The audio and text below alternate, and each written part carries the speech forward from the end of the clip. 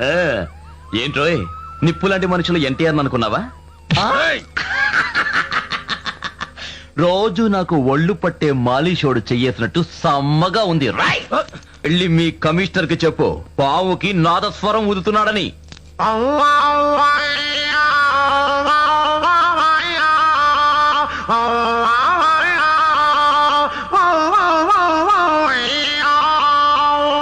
పావుకి చెవులుండవు, అనవసరంగా కెలికితే కాటేస్తుంది.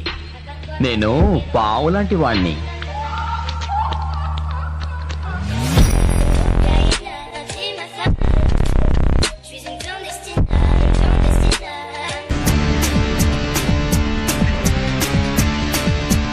புண்ணியம் தேடி காசிக்கு போனா இந்த உலகத்திலே